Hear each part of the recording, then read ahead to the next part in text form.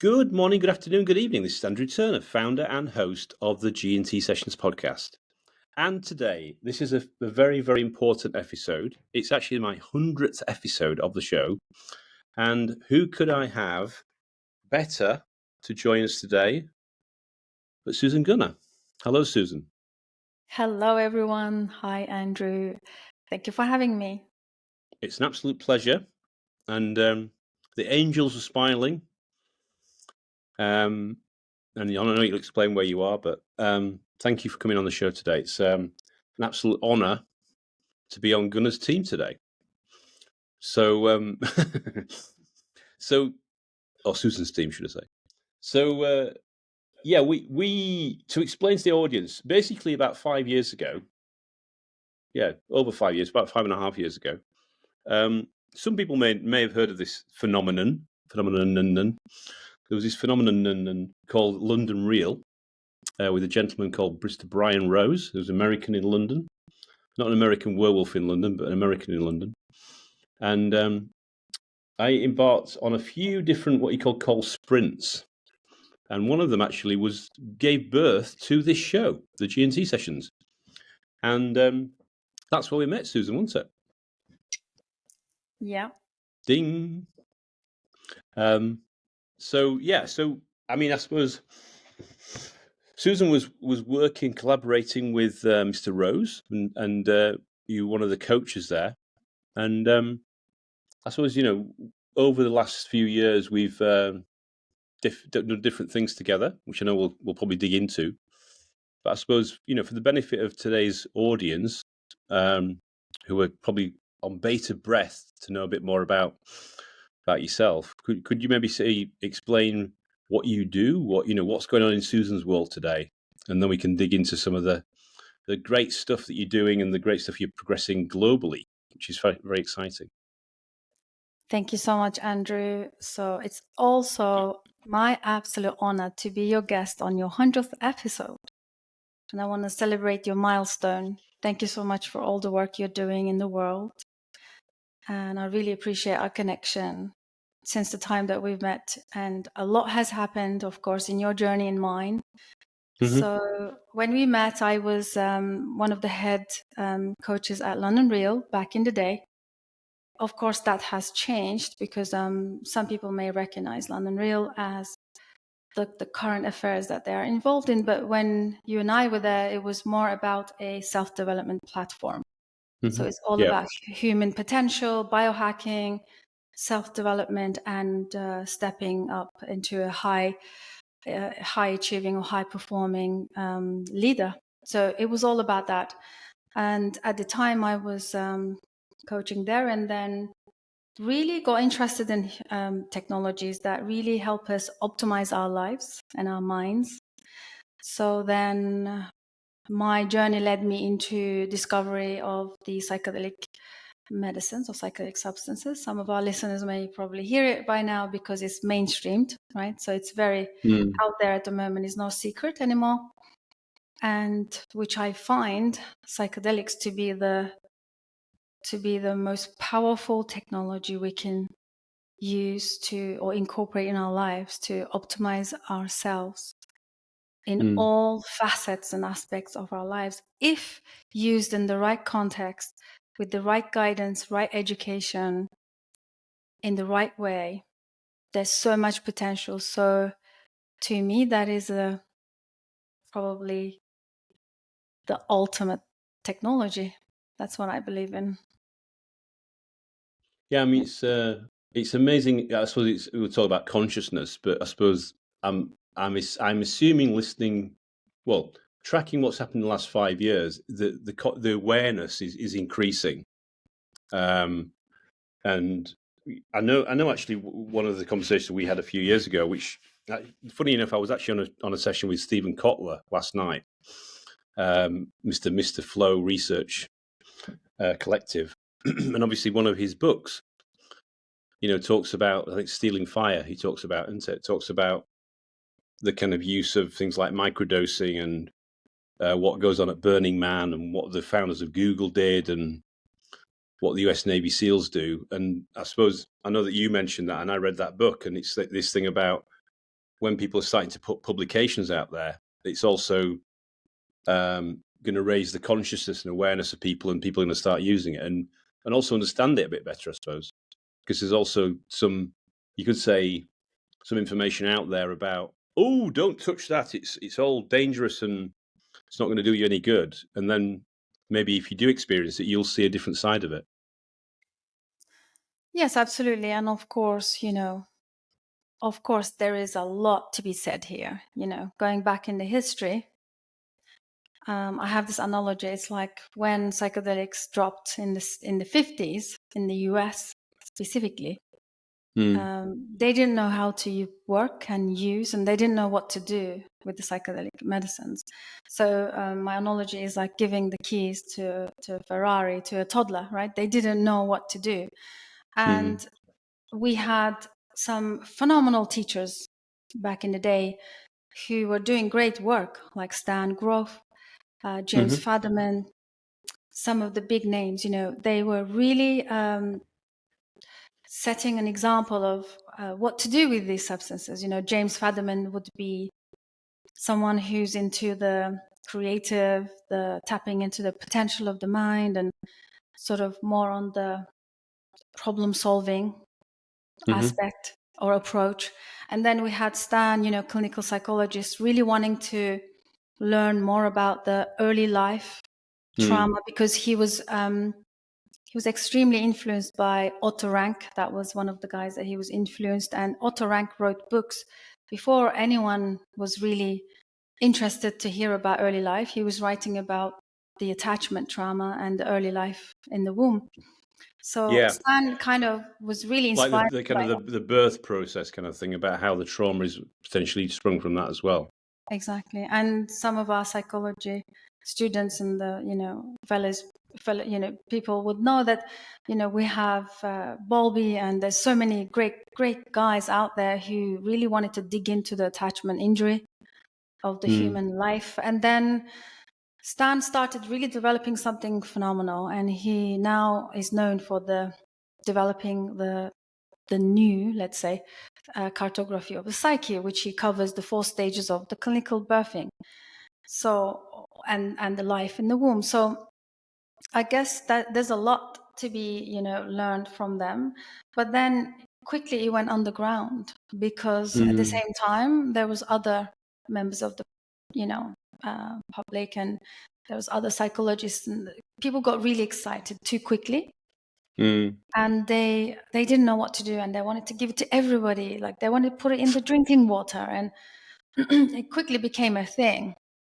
Right. But then, because we weren't educated and because we didn't know, what to do with them, quickly blew up in our hands and went underground.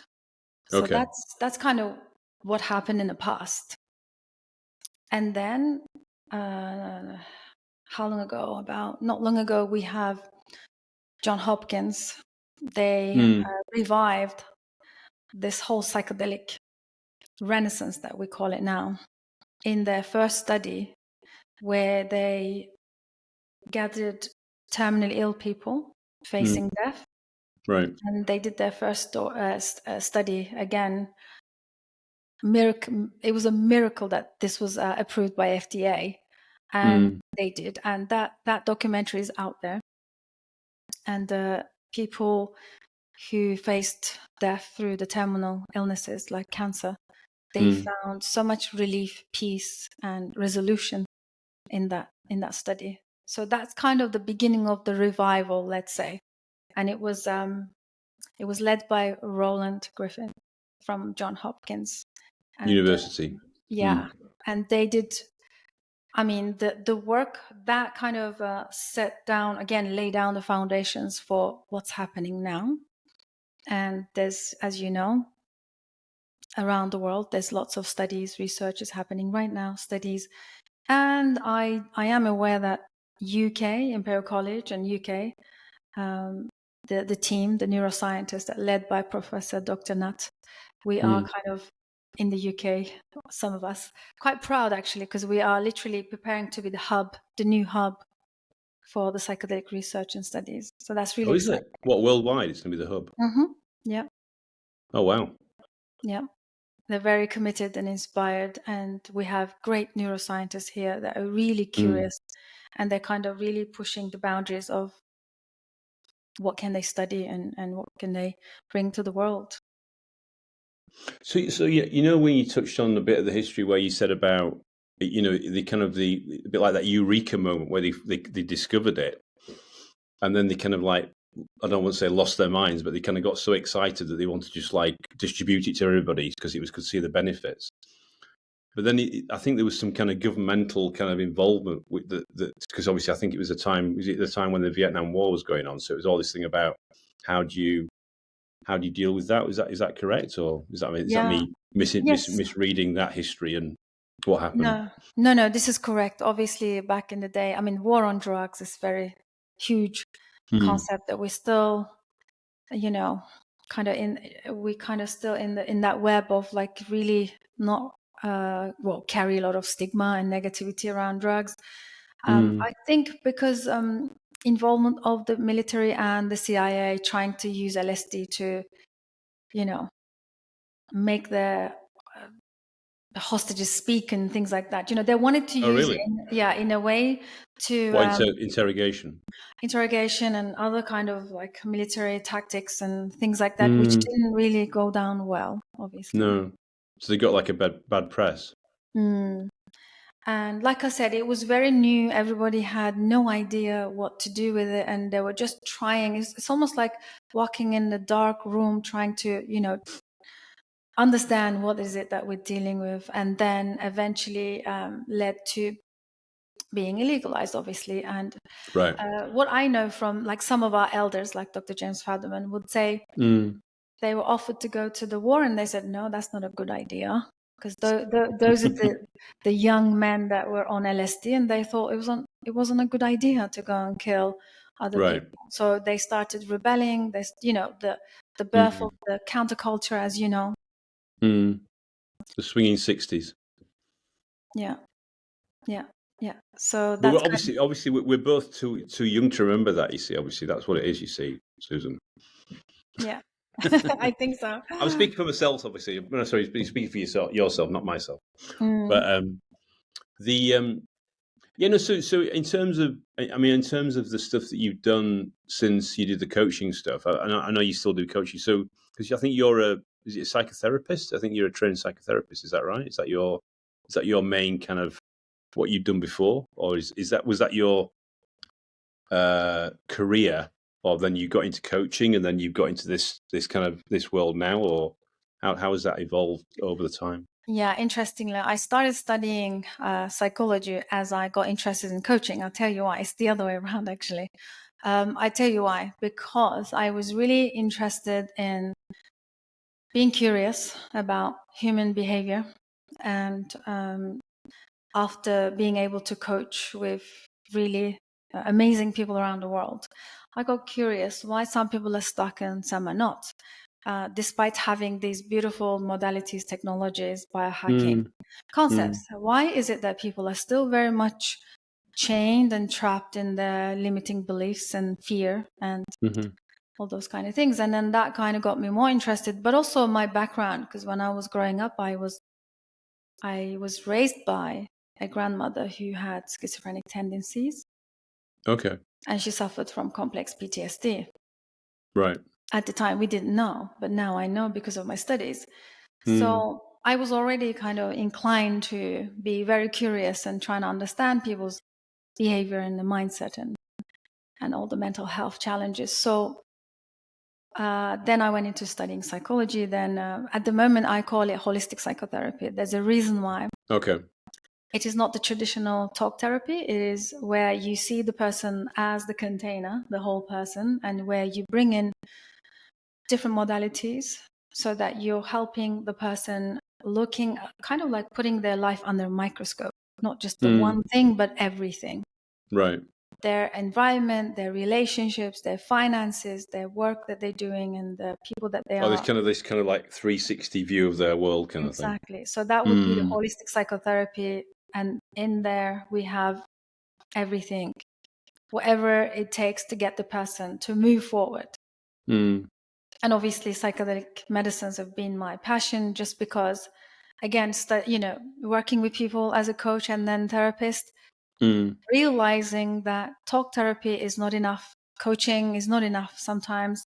Right. People can, you can literally keep someone accountable and make them do certain things, achieve certain goals, but when behind the closed doors, they're still going to reach for that chocolate or Oh, I see. take Yeah, a okay. step back into their old habits. So it's not sustainable.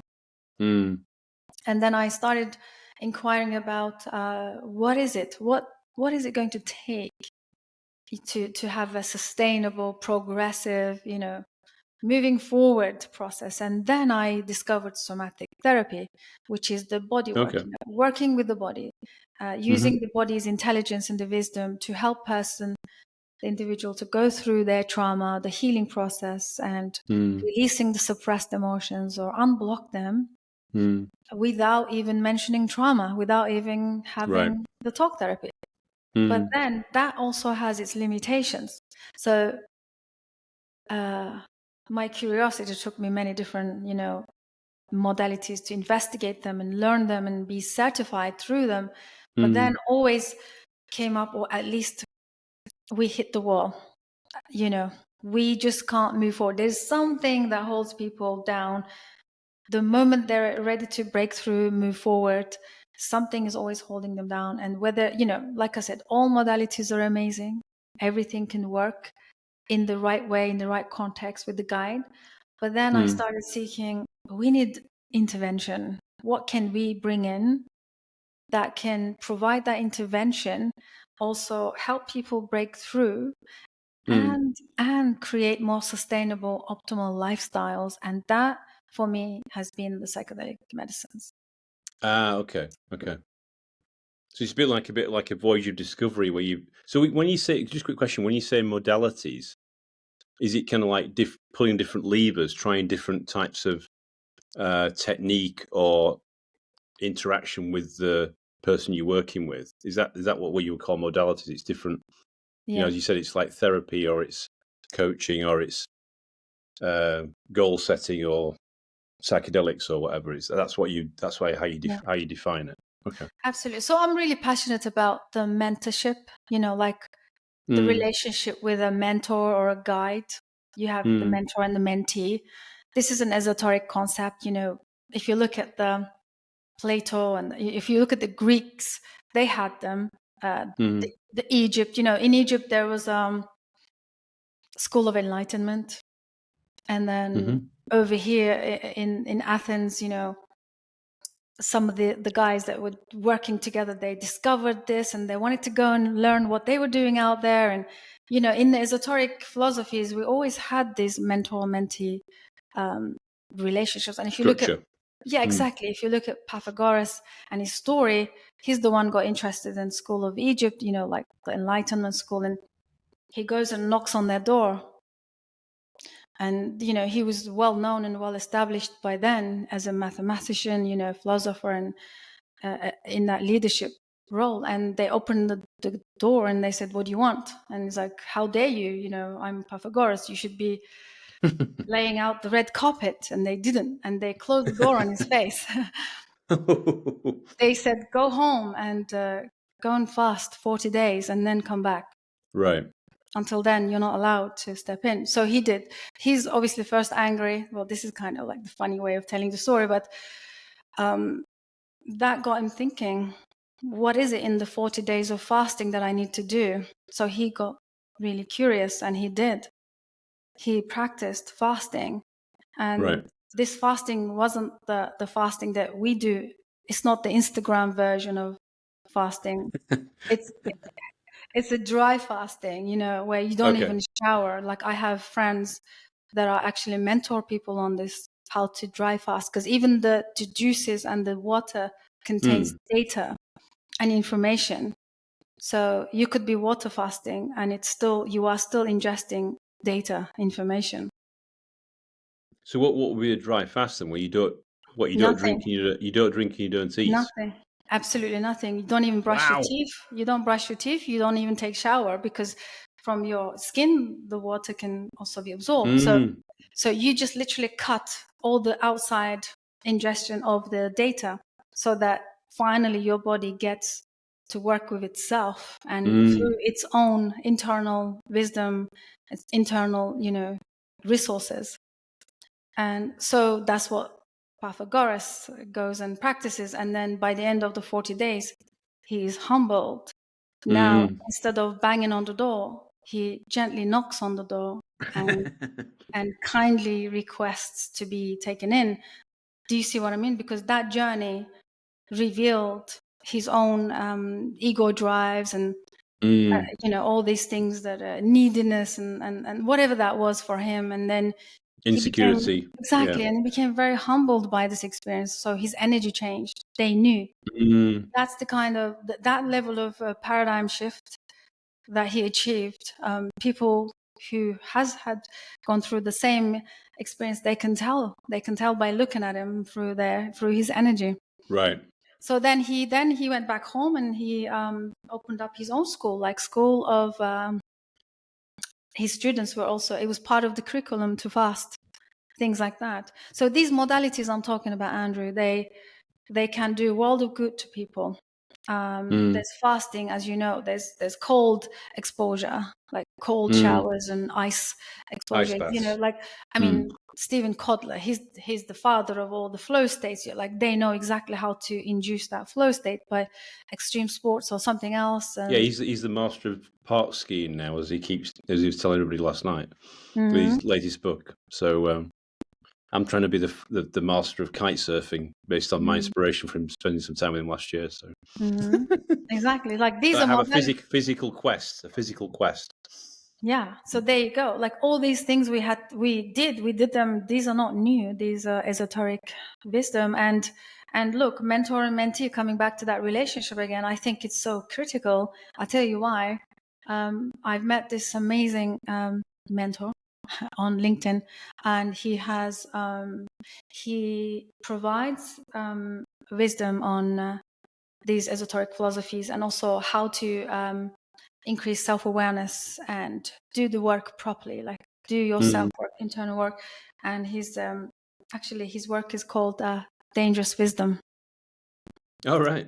Dangerous Wisdom. He says mentor and mentee relationship is very critical because if you look at the history, Plato, Aristotle, they were all students to one another and mentored each other, right? There's a lineage of wisdom right there. And he said back in the day, people didn't just decide on a Monday and then go to an ayahuasca ceremonies on a Saturday, right? They were mentored. They had to go through. They went through a journey. Right. Yeah. It was a rigorous relationship with their mentor, where the mentor is kind of overseeing their journey, the procedure, the process, and then when they're ready, the mentor can guide them to say, you're ready now. And then the next step would be the medicine, for example. I mean, Caroline Myss talks about this. She says back in the day, she says, even in the, religious temples, you weren't allowed to ask, who am I, before your mentor agrees that you're ready. I know this will sound really triggering for a lot of people, since we're in the age of autonomy, self-empowerment, self-agency, right? So, but these are all Instagram versions. The real self-agency, autonomy comes from working with someone rigorously that keeps you accountable and who's also done the work a few steps ahead of you. Yeah. There is a lot of value in that. This is not something we can do on our own because we are protected with this template. We're protected with this thick bubble of template, deceived to see ourselves. How are we going to do this work on our own, right?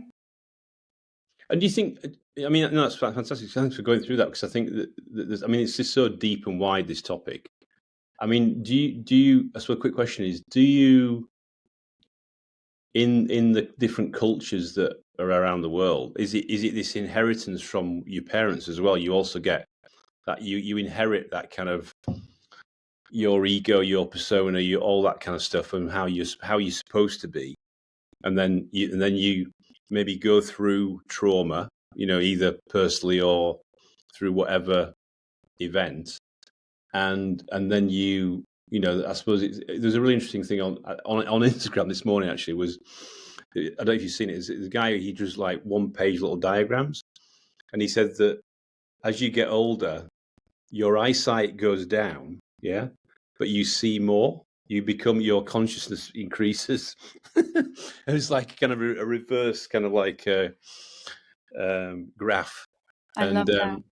And I suppose, comparing it to what the stuff that, some of the stuff that we've done together with some of the groups, is that I think that's the thing that opening up people's minds, but also being in a safe space where you can actually, people get comfortable enough where they can share where they actually are on their journey and not be embarrassed about it and not be judged.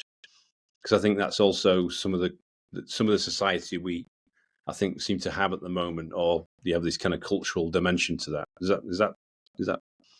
Am I interpreting that incorrectly? I don't know. No, absolutely correct. And just wanted to finish the thread about the dangerous wisdom. The reason he called it dangerous wisdom is because when the information or the wisdom received prematurely, it becomes dangerous. That's I see. Okay. the logic behind it, right? Not that the wisdom is dangerous, it's that in the wrong hands and in a prematurely achieved, when someone's not ready, which we are seeing now in the psychedelic renaissance, people are drinking 1 cup of ayahuasca and then they order it online and they run retreats thinking that they are facilitators, right. shamans. Okay. So that's what I mean. So coming back to what you said, there are different facets to this, right? There are different components to this process of expanding consciousness and self-awareness, the growth, the self-growth. There's a process to this, and it's cyclical, depending on what age. So the mentor, a very seasoned mentor, would be able to tune into the person, depending on their age, their background, their challenges, their upbringing, their environment. All of that is so revealing when you screen some of these people, right? Then the mentor will then take the hand of the person and help them move inch by inch. I'm not even talking about step by step. I'm talking about inch by inch towards they crawl first to move forward, and then until they are self-sufficient, until they build enough capacity to then go on their own. So so in the communities, like you said, coming back to what you said about building community is my passion, and I did that with London Real. It was my favorite thing to do. It's just, being so curious, and I love learning about people and their stories. That really helps. So building community is a great way to bring people together. And then hopefully the idea is to build a lineage of wisdom, like wisdom lineages. Like there are going to be people a few steps ahead of you, a few steps behind, and they always hold a hand, each other's hand in that process. But then there is also, so the communities are like the holding spaces. For all of this, non-judgmental, very open, safe spaces. Very authentic. Right. Group processes are my favorite. Coming from psychology background, the whole group processes are incredibly helpful, because in that group circle, you get to see your own through others. You get to experience your triggers and your limitations and maybe your judgment, how judgmental you might be and how territorial you might be, and things like that really comes up fast. So there is an opportunity to grow in that interpersonal skills as well. But then again, coming back to mentor mentee, that has been my favorite thing, and that's what I'm developing as of late, because of all the valuable people in my life who mentored me in this way. I think that really propelled my growth more than anything, just because they were few steps ahead of me and they knew the process. So it's almost like a shortcut. It's like a hack. Right. And then with the right container, with the right medicine, with the right setting, the right components. Exactly. The person can literally cut 10, 15 years trying to figure this out themselves. Yeah. Yeah, there is. I mean, there is. I've got to tell the audience a funny story about your time at London Real, because it cracked me up, and you probably hopefully remember this. So I don't know if you remember, but actually I wasn't even on Facebook until 2018. I didn't even use it. So the London Real made me have to go on those Facebook groups that we used to have. And we used to have these sprints. So we had these 6-week kind of cohort that we worked together in little teams. We have a team leader, a team coach. In my time at London Real, I never got on Susan's team, just to let you know, but hopefully you consider me on your team now.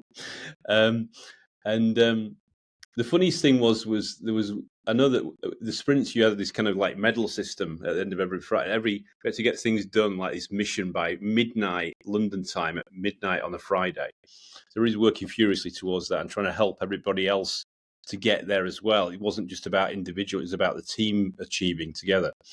And I remember putting on one of the, because I said, who keeps eating all the gold medals?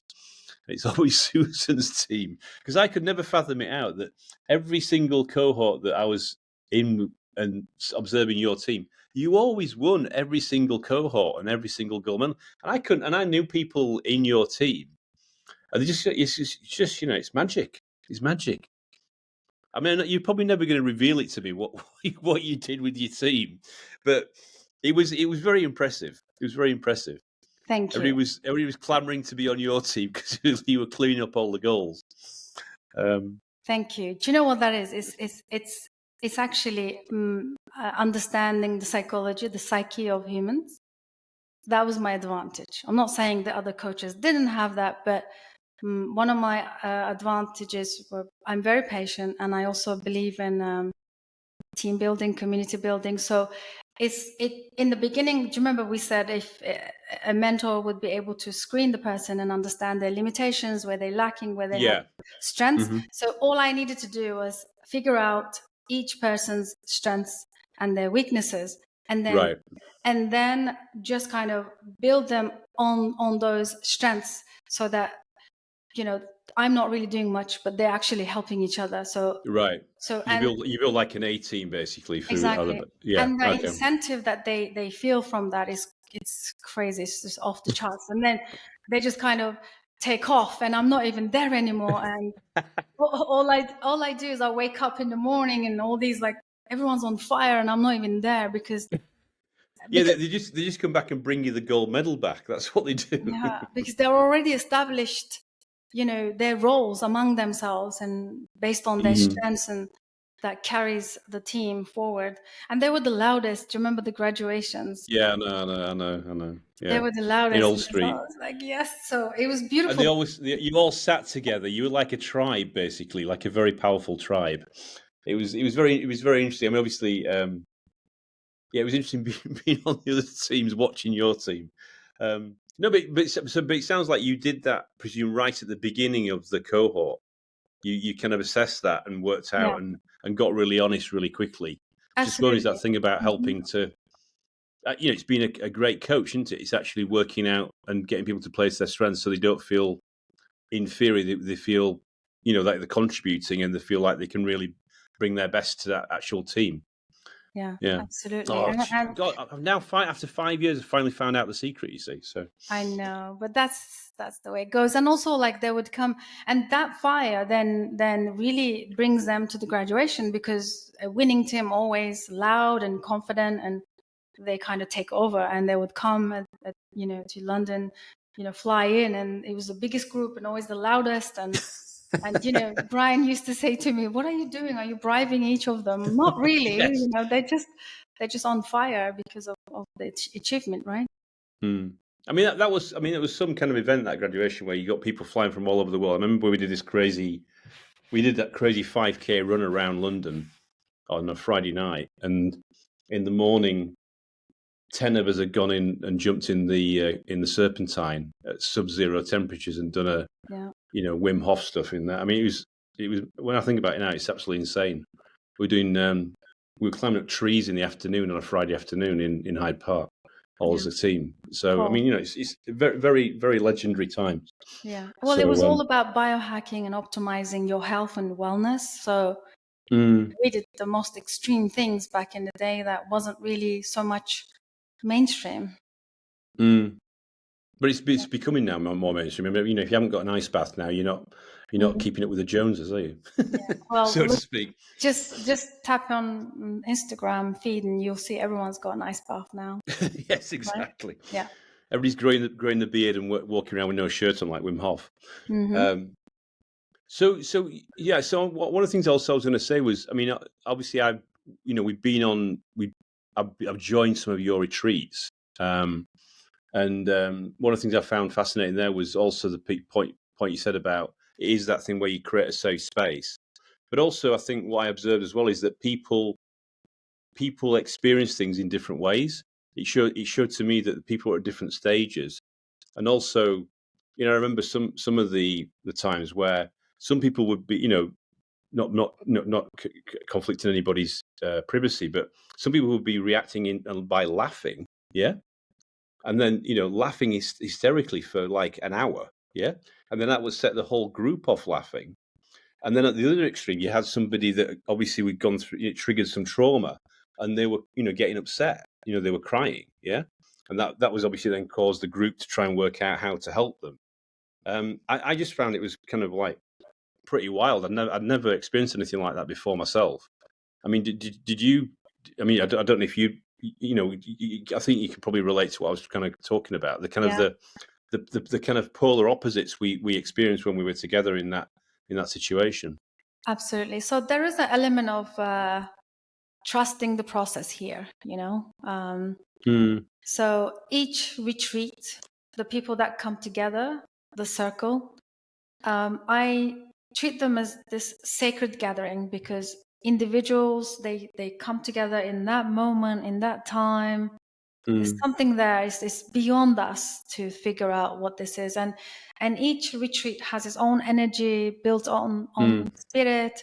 Some retreats, depending on the time of the year. And, this is a real thing, Andrew. I have this maestro. He's incredibly educated on this, who serves yahe. It's an ayahuasca. It's a different type of ayahuasca. And he says, you need to understand the spiritual clock, he says. The time of the year, time of the day, there are different elemental spirits that you could work with.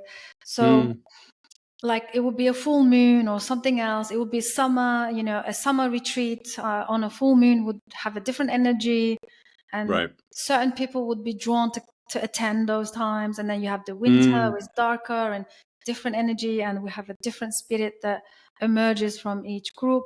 So it's just learning to embrace all of them and learning from each of them.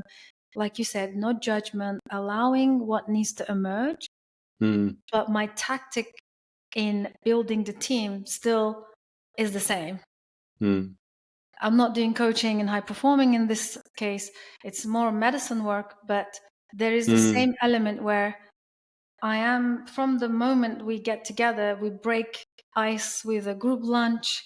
There is there is this beautiful connection, already set in the beginning, and just kind of giving them responsibility that this is going to be a teamwork, guys.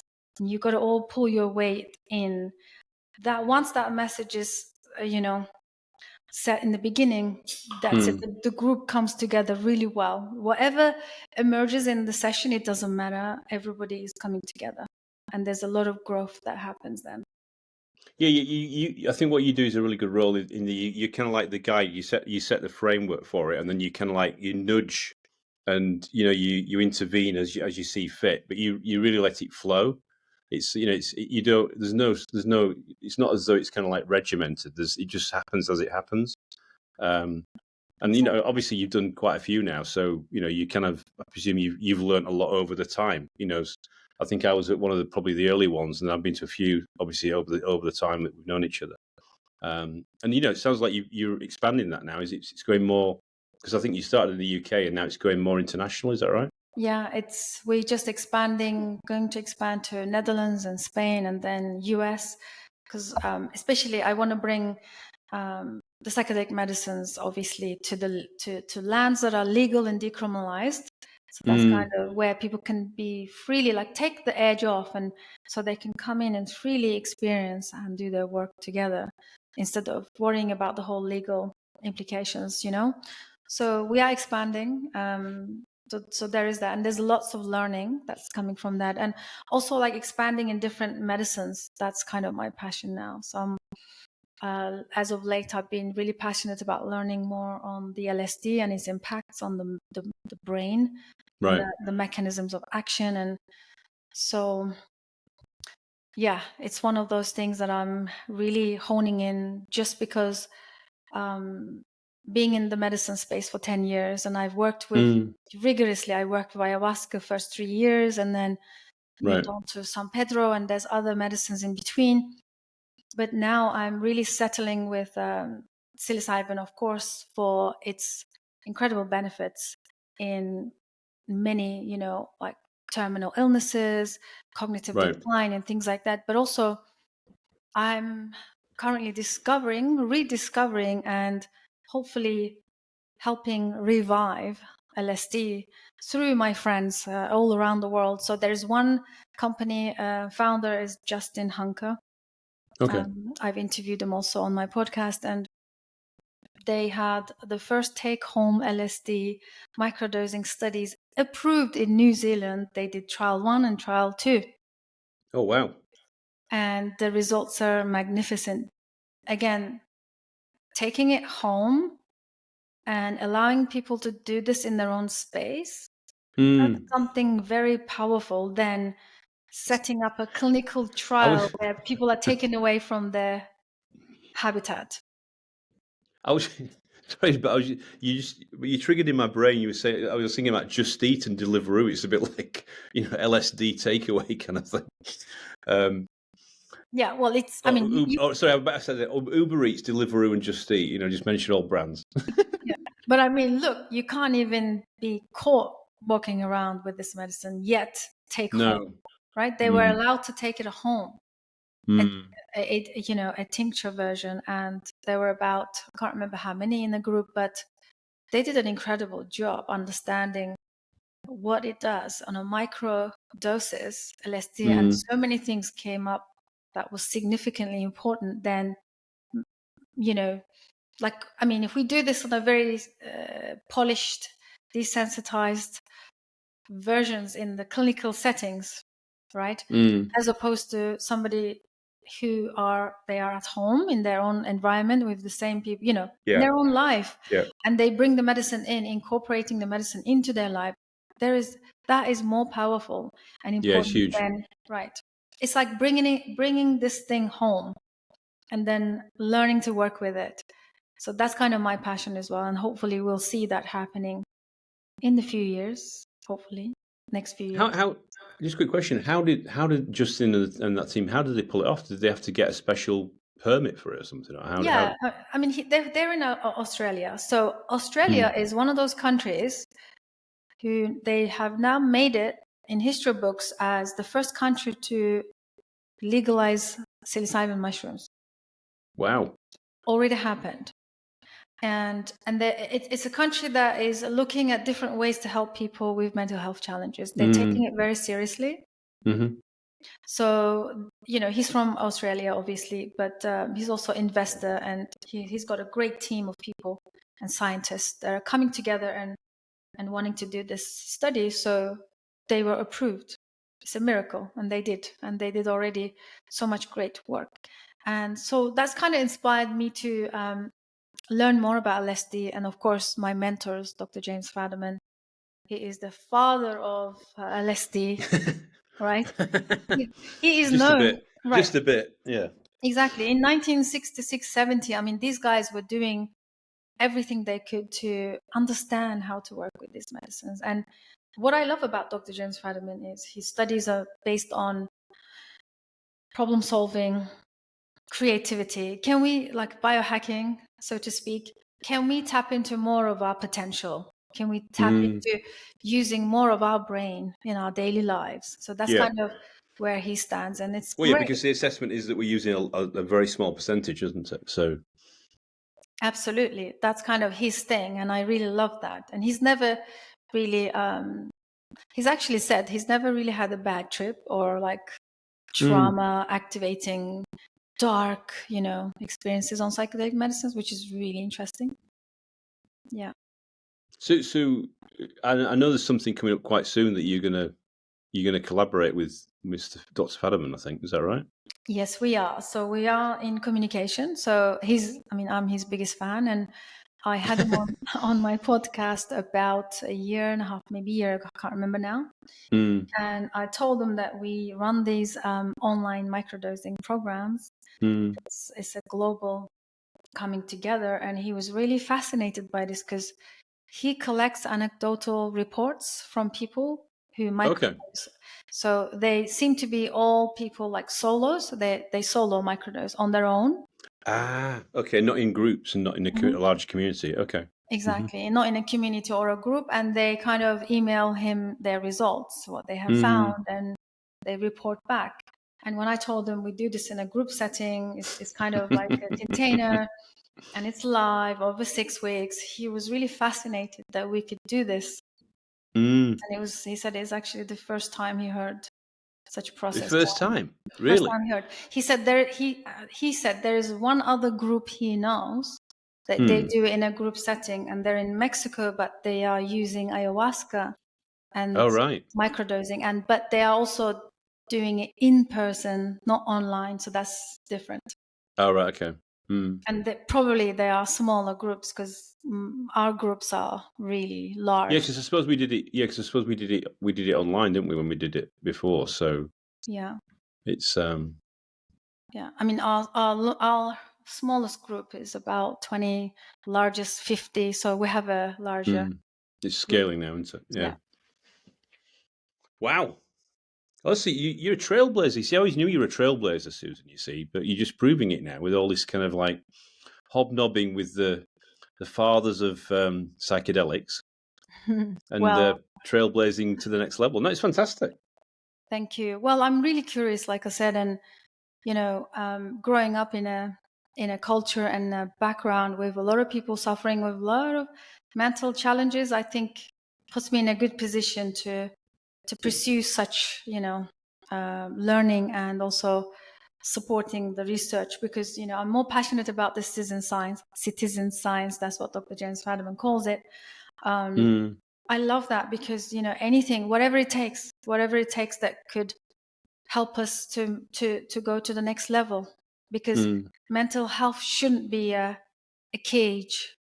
It shouldn't be a life sentence for anybody. It's really difficult. And that's why I'm in it more than anything else, really. Yeah.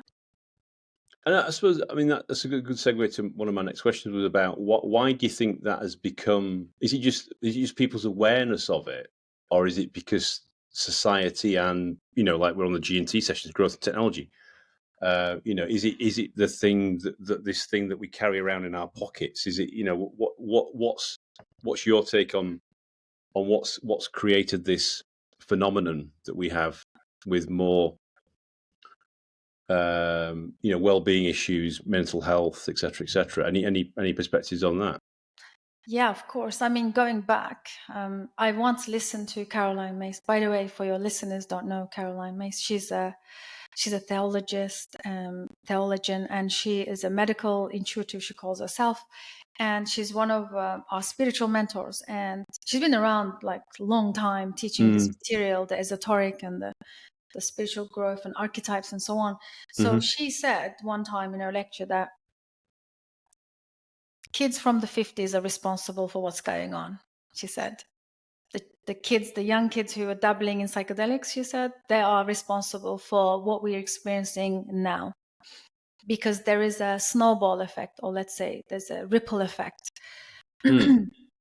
And as probably you already know, that when, let's say, again, coming back to David Hawkins, right? He says the 10% of humanity is holding the 90%. Right?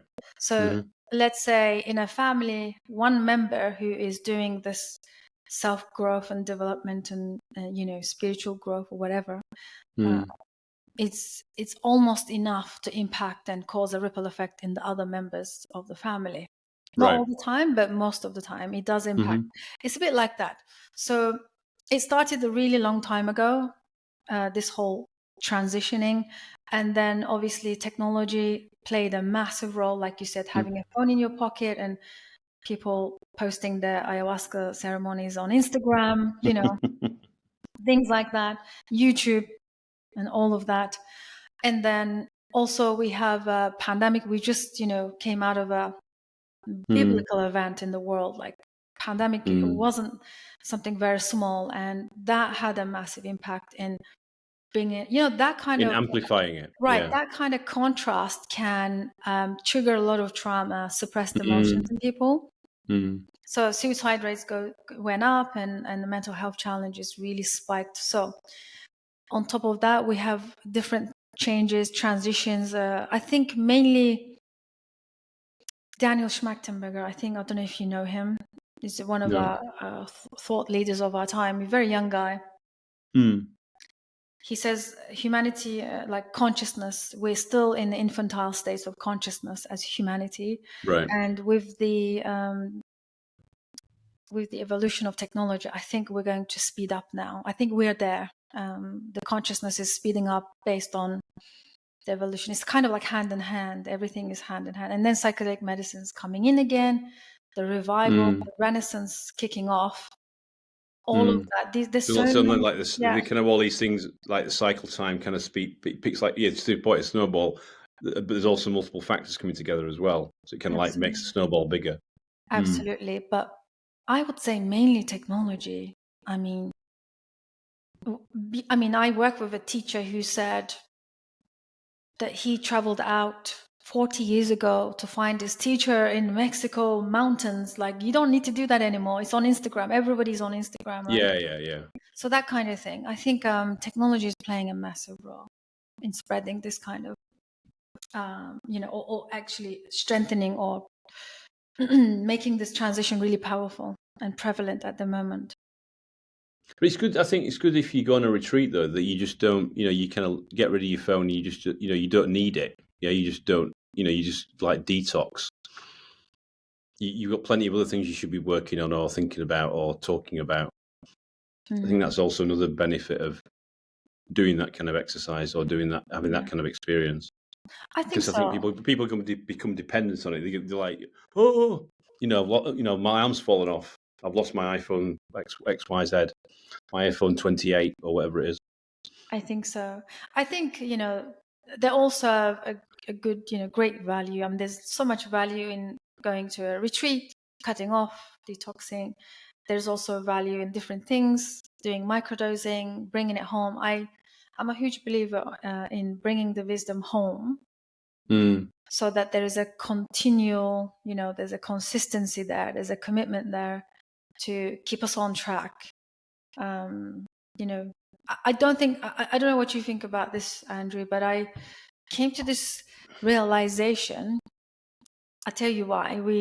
I've attended the Psychedelic Conference, Science Conference in Denver, in Colorado, in June, and there were 12,000 people attendees. Well, there's quite a lot. There were a lot of angry people among these attendees. I'll tell you why. They were. Oh, really? Yeah, angry because they were angry because the way we are taking the medicine from the indigenous people, communities, and their lands, because some of these medicines like peyote takes so long to grow. Right. And if Western people step in and behave like the consumerism that we have, like a herd, yeah, then there's not going to be enough time to grow enough peyote in the nature. So it's probably will become instinct, right? So extinct. Short supply. Extinct, yeah, right? Yeah, exactly. So, so there were a lot of angry people saying that we are, doing the Western consumerism ravaging the earth everywhere, and indigenous people are really being impacted. I get it. I really understand it, and I respect their way of seeing, and rightly so, they are defending the cause. But then I was thinking, but hold on a minute, like to be honest, we don't need to go to Peru and wear a poncho and feathers and behave like them or take the medicine in their way, because we're not the same species. Right. I'll tell you why I feel that way, because in this modern lives that we have, I don't think we're the same sort of indigenous species as some parts of the world, because of fast-paced technological lives that we've had. I think something really fundamentally shifted within the Western mind already 20, 30 years ago, that we need a different type of... a different edition of it. we need a different type of approach to the medicine, which is happening already. You probably already know the medical, the therapeutic, approach, right? But I go one step further and say, we definitely need to bring it home. We need microdosing. We need different ways of approaching the medicine than just drinking lots of, ayahuasca or San Pedro or something else. There are medicines that could be synthesized that wouldn't impact the planet Earth, and it will serve the Western mind. And we don't need to sit in circles. We can create and develop our own versions of the communities where we live.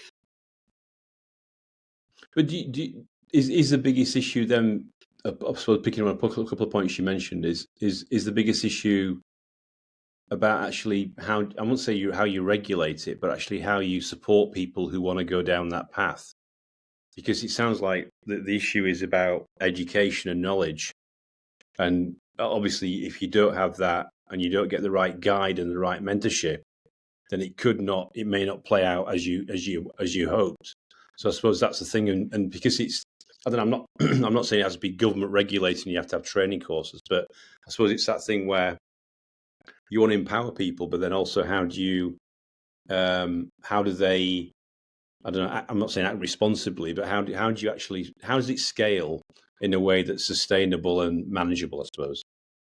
Yes. And then you don't have an adverse reaction like we talked about a bit earlier in the 60s, where they go the other way and they go draconian and they like lock it down and make it illegal and taboo.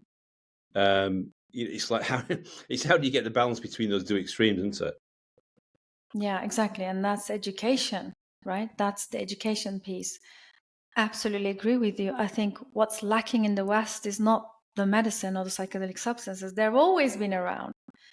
Yes, they've gone underground and made it all go underground, but everybody, there is I've forgotten his name. He wrote a book. He says your neighbors are doing psychedelics. Like, this is true story. As much as we pretend that these are illegal and they're underground and not and carry a lot of weight and stigma, you'll be surprised. Every single person that inquires or want to speak to me, they always have dabbled in psychedelics at some point in their lives. Right. Everyone. I rarely meet a first timer. Right. So it's the education. We need to bring in so much more education, but in the Western style, in the Western world style, in our approach. The reason so many people in the US or the Europe or many countries flocking to Peru, South America, and to Brazil, to sit in their type of ceremonies is because we don't have it in our hometowns. We don't have the regulation. They are illegal. We don't have the structure, the community, the education. So everyone's wearing these white gowns and off they go to Peru. We don't need to do this anymore. I mean, we should do it. So what you're saying is the accessibility. That's what you're saying is the issue. It's education and accessibility to the right environment. Exactly. And also the regulation of the medicines. We need a lot of mentors. Like, we need mentors like my friend on LinkedIn who understands that this is a lifelong pursuit rather than 2 ceremonies in Peru. This is a Yeah. lifelong thing. Yeah. So Yeah. we need mentors like this speaking louder and louder and really spreading this message. And we need to, like, for example, there is a company called PIR, Psychedelics in Recovery. And guess what they're doing? They are really following the footsteps of the AA, the Alcoholic Anonymous Oh yeah. Fellowship. Right. But they're bringing in the medicine to it. Mm-hmm. Right? They want to they don't want to have the stigma of, using psychedelics in recovery. This is great. And they say that they are creating wisdom lineages.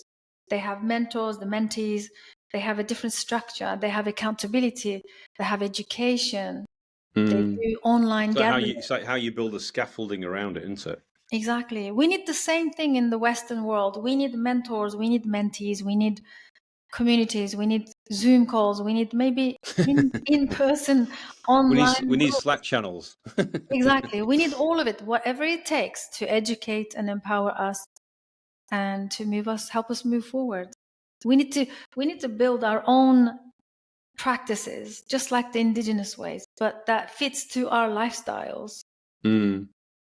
Yeah. I mean, if you really want to go to Peru and experience the indigenous way of medicine, by all means, do it to support them. Do it for other means, but not for the selfish, consumption and all that.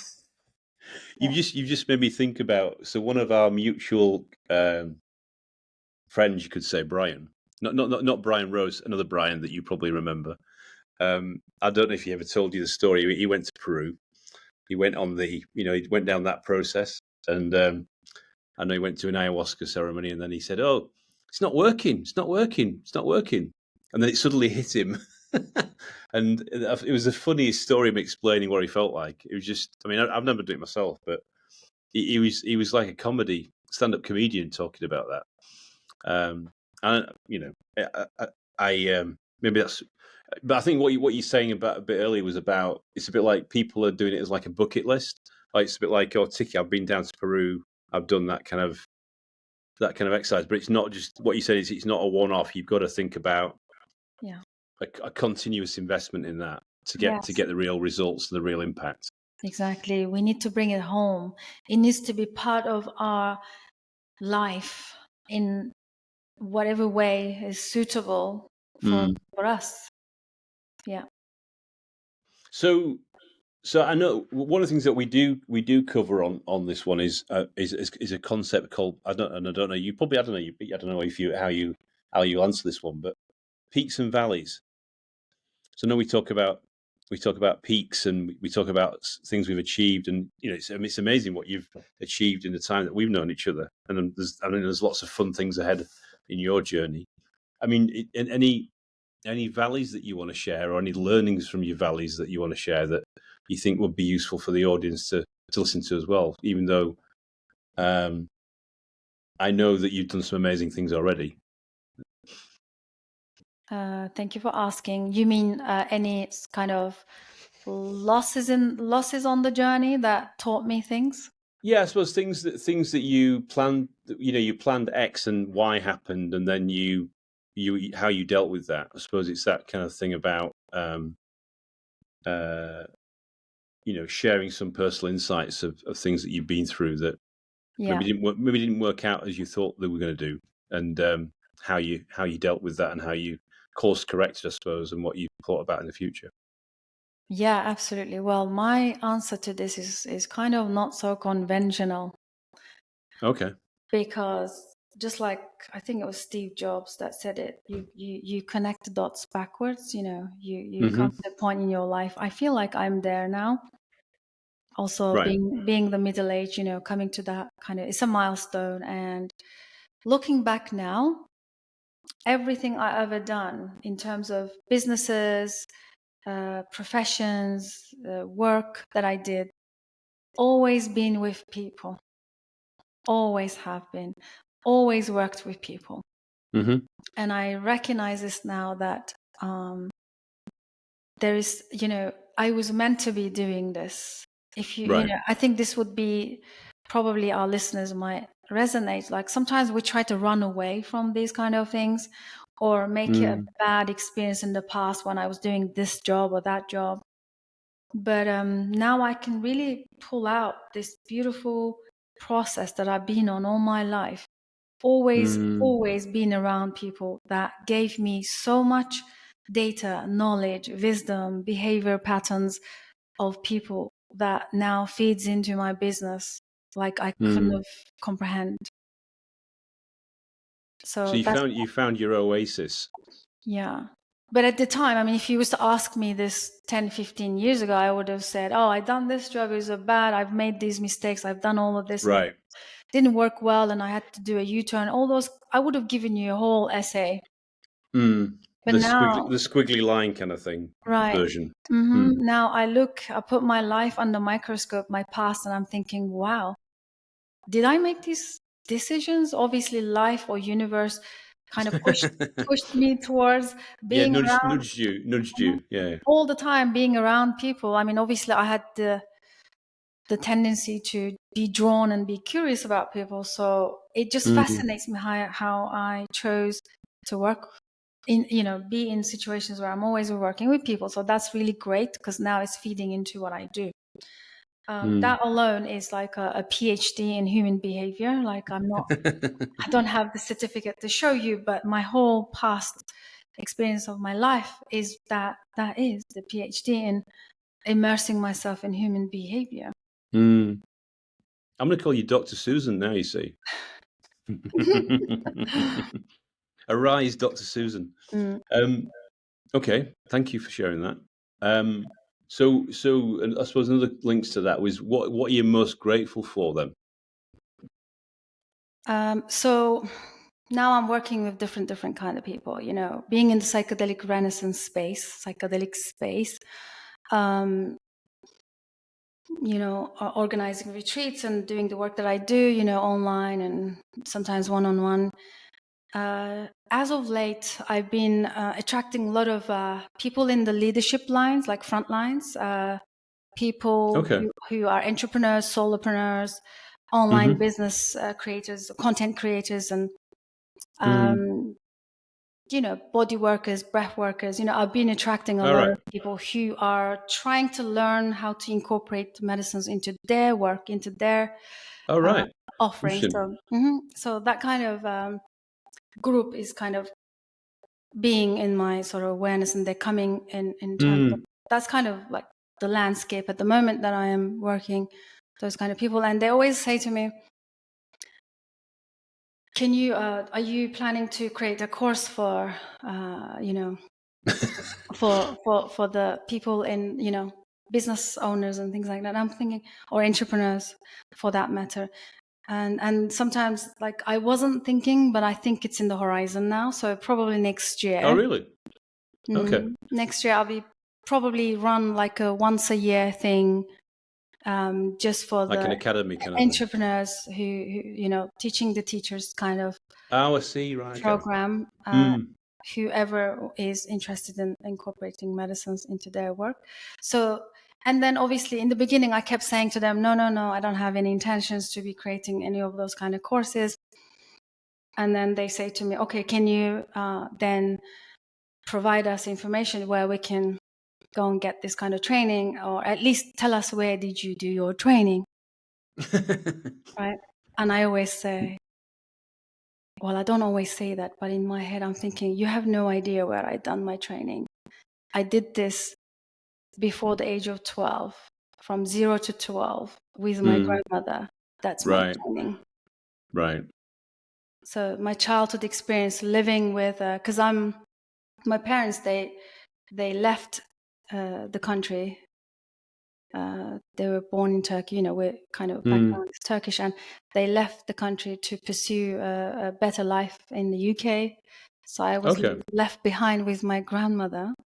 Oh, I see. From the age of 6 till age of 13.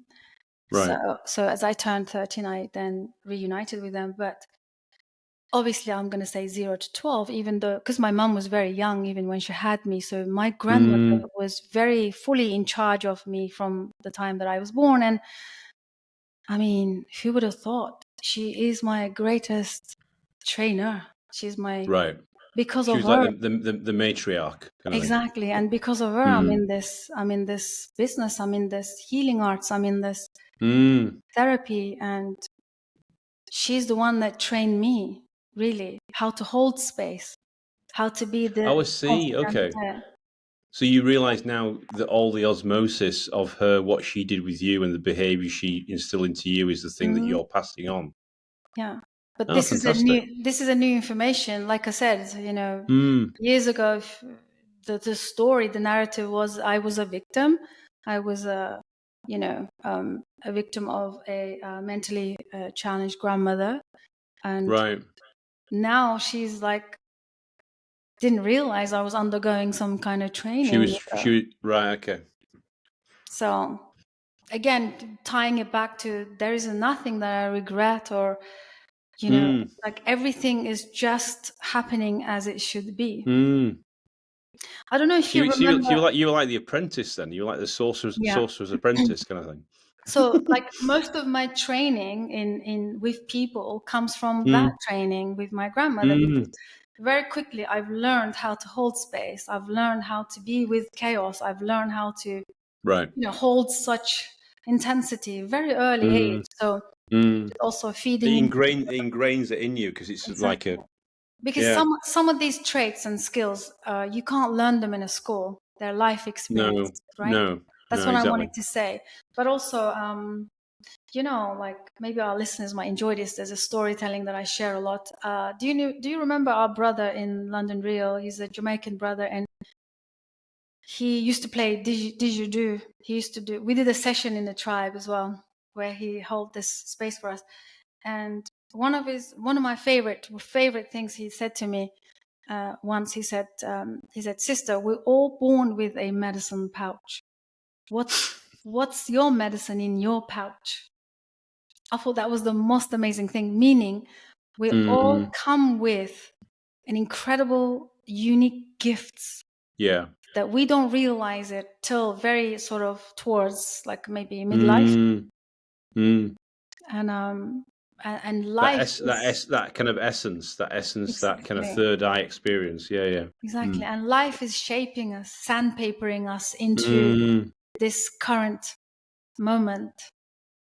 All of that here is all part of the plan, apparently. It's like a well orchestrated, very seamless plan that you didn't realize was going on. Yeah, that's interesting because it's interesting with your that new cohort of people saying, "Oh, send me a web link to where you learnt all this stuff," and you go, "It doesn't exist. It's not available." It's called life experience, and the situation you were put into. And that's why I am valuing the mentor-mentee relationship, because as I am growing, I'm always paying attention and always working with mentors who are also a few steps ahead of me. That's been my secret. As a coach, as a therapist, I always had a few people in my corner that are in the mentorship role for me. That's so critical, because they keep you on track, they keep you accountable, they keep you in check. It's very important. Yeah, sounding boards. Because these experiences are transferable. If you enter into that mentee-mentor relationship with someone you trust, you create a container, ongoing relationship, it's possible that you can also learn. Yeah, and I think the other observation I think of what your little story was also, I think there's certain people out there that want to be instantly gratified and be provided the key, like the magic combination, and like it's there. It's like that's the answer. All right, just download it. I've got that. I can then move on. Where it actually, what you're saying is, you have to do the time. You have to have the experience. You have to have those conversations. And then, then you grow as well as the mentee grows. If you're a mentor or you're a mentee, you constantly, it's like that continuous growth of you as an individual. Yeah, I mean, if you look at beyond all of this, the noise, underneath we all have this incredible need for connection and paying it forward. There is nothing more there's, for me anyway, there's no more anything more valuable than be able to pay something forward that you've learned, share it with the world. So that's really powerful. And that's, see the impact, the impact as well, and see the joy it creates. And the epiphany moment in there, the ding on their head, the kind of light bulb moment. Yeah. So one of my final questions, I suppose, then is about. I mean, I think I might know the answer to this one actually, but I think because you kind of touched on it a bit earlier, because I think there's a bit of a worldwide first going on here, and you heard it here on the G&T Sessions Podcast. What are you most excited about? Something that's going on very soon, I think. Yeah, I would have thought was probably one contender. I am most excited about launching this program next week, where Dr. James Fadiman will be with us, and he's going to oversee and overview the 6 weeks live online microdosing process that we've put together. Again, it's educating people on microdosing and doing this in a community spirit and learning together. So that's really new. And like I said, he told me that this wasn't done before. So I'm excited about that. And that's very exciting. Yeah. And the second thing is, I want to really be part of helping revive LSD again in the West. I really believe it's the medicine of the Western mind. I really believe that it can be incorporated in life for helping us with the continued growth and evolution. It could be part of life easily. We don't need to have we can have the rituals and the bells and the whistles and the feathers, but it's not so. It's a beautiful medicine that it would really work well with our modern lives and our Western mind that is rigid, and like you said, this consumerism that we are battling with, and addiction and the mental health challenges, gratification, and also like wanting things fast and not wanting to slow down but actually speed up. It is definitely the one to also help us find balance in this ever-growing, evolving technological life that we find ourselves. And it really is the one. I really want to be part of the revolution. Well, it's not revolution, but it's revival, let's say, of LSD. The reboot. Yeah. That's huge. And you heard it here first on the G&T Sessions Podcast, the 100th episode.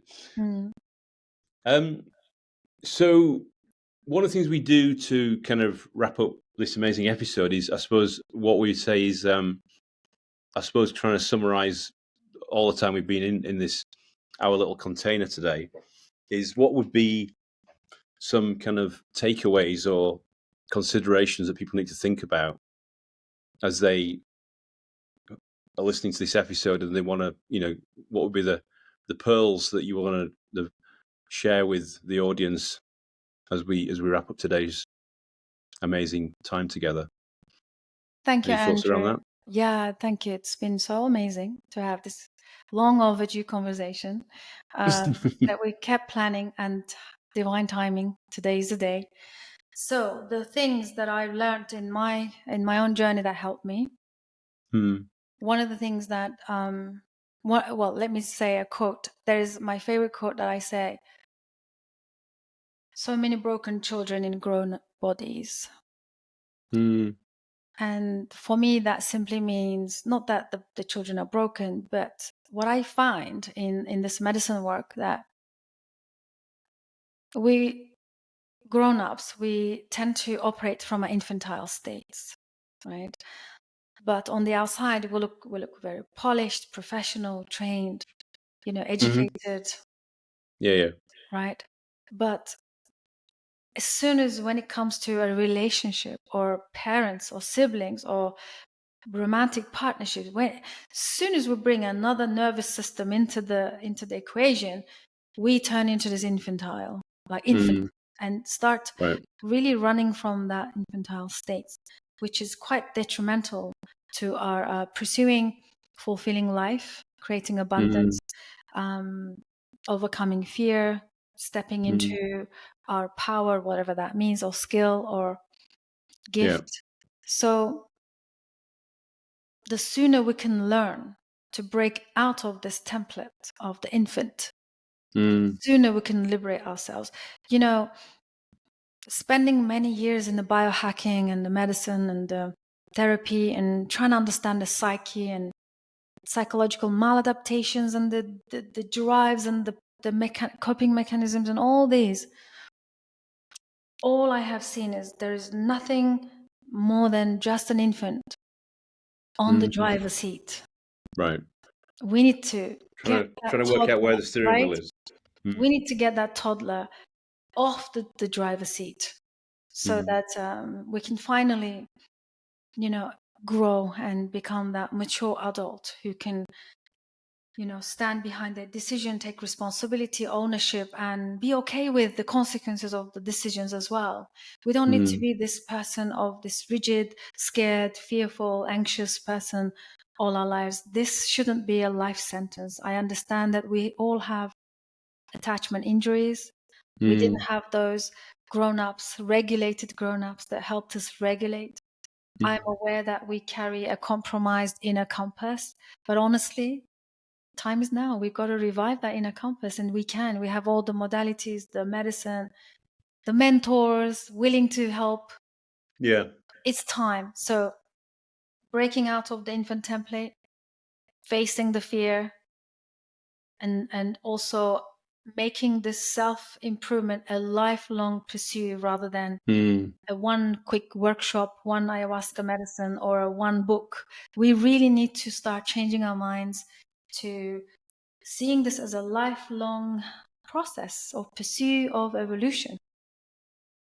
And every phase, every stage is beautiful and amazing, and we can learn so much from it. And time, and one last thing that I hear all the time from my clients: time is running out. I feel I'm old to start something new. That's not true. That's a very, very. I've never said that to you. I've never said that to you. I know you didn't, but do you know what I'm saying? They say I'm alone. I'm financially broke, and I'm too old to start a new thing. It's too late. All of these are nothing more than infantile fears. Honestly, we need to just get past these as soon as possible. So that's kind of what helps me. Awesome. That was fantastic. Thank you. It. I love that. There's some great monumental lines in what you just said. Thank you for sharing that. Thank you as well. So I suppose the final thing is about, people are going to listen to this episode. They're going to go, wow, Andrew, what an episode to get together. What a guest to have on for the 100th episode, for people to think. And then, the whole point of the G&T sessions has been to get people to think and curate guests that are going to be really, really, valuable today and in the future. And, I think you definitely deliver on that. And thank you so much for coming on the show. And namaste, as they say in India. I appreciate you. I suppose the question would be is how do people find out more about what's going on in Susan's world, Dr. Susan's world, and because obviously there's a choice they've got. Then do they want to learn more and get involved, with you and the group and join the journey, I suppose. Yeah, and thank you for asking that, of course. So my main website is psychedelicconversations.com. That's the website. And there we have the online microdosing information and also podcasts. As you already know, I'm also doing podcasts. And the reason for pursuing a podcast on a YouTube channel is because I wanted to create a library of amazing, people in the psychedelic space, talking about what they are doing, what they're providing, just to start conversations around psychedelics and, kill the stigma and hopefully have more of those kind of conversations. So I'm bringing lots of people to have normal conversations so that we can break out of this, stigma. And that's where, they can find. And also I'm all over the place. I'm social media. I'm literally everywhere. LinkedIn with my name, Susan Gunnar, Twitter, everywhere they can find, and Instagram as well. And I'd love to connect. Thank you, Andrew, for this opportunity. It's a deep honor for me to be here on your milestone episode. Thank you. Honor throwing back to you as well.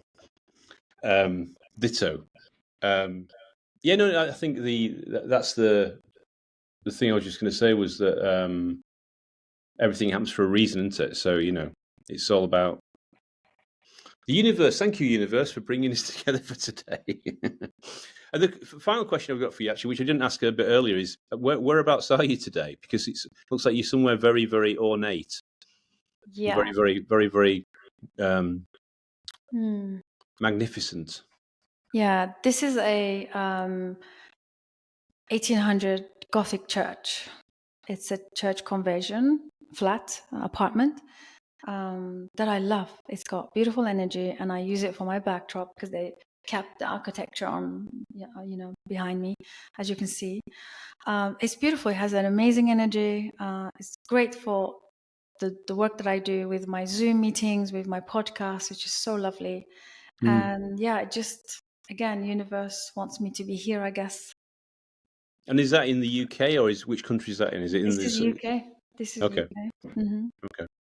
And then obviously in the future you'll lift it up with your Psychedelic Conversations helicopter and drop it in some other exotic location. Yeah, but never say never. Find another one, maybe. There are so many beautiful architectural buildings everywhere, right? There's many. I definitely geek out for that. I really love it. I think they carry so much history, energy, information. Yeah. Secrets. Yeah, that's also true. But the entire existence is a mystery and secret and everything, right? Yeah, and as you get older, you find out that obviously part of history wasn't quite what you were taught at school. But that's for another episode. Yeah. Anyway, thank you, Susan. That was Susan Gunnar, all-round awesome lady and very, very valuable person in my network, and I'm honoured to have this time with you today. And thank you for coming on the show. And that was Andrew Turner, founder and host of the G&T Sessions Podcast. Here's to the next 900 episodes before we get to 1,000. Have a lovely day.